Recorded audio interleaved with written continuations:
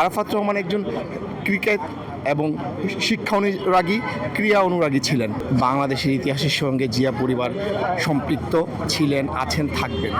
বা জিয়া আমাদের শহীদ প্রেসিডেন্ট জিয়াউর রহমানের দুই পুত্রর মধ্যে জনাব আরাফাত রহমান কোকো, উনি হচ্ছেন দ্বিতীয় পুত্র, যিনি রাজনীতির বাইরে ছিলেন, কিন্তু ১/১১ পরবর্তীতে যে নির্যাতনের মাধ্যমে তাকে দেশ থেকে বিতাড়িত করা হয়েছিল, সেই ধুকে ধুকে আমাদের প্রিয় ভাই জনাব তারেক রহমানের প্রিয় ছোট ভাই দেশনেত্রী বেগম খালেদা জিয়ার সুসন্তান মৃত্যুর কোলে ঢলে পড়েছিলেন। সেই আজকে তার শহীদ মৃত্যু হয়েছিল। আজকে তার শাহাদাত বার্ষিকীতে আমরা তার বিদেহী আত্মার মাগফিরাত কামনা করছি। আরাফাত রহমান একজন ক্রিকেট এবং শিক্ষা অনুরাগী, ক্রীড়া অনুরাগী ছিলেন। আরাফাত রহমানের মাধ্যমেই বাংলাদেশ ক্রিকেট বোর্ডের উন্নয়ন হয়েছিল।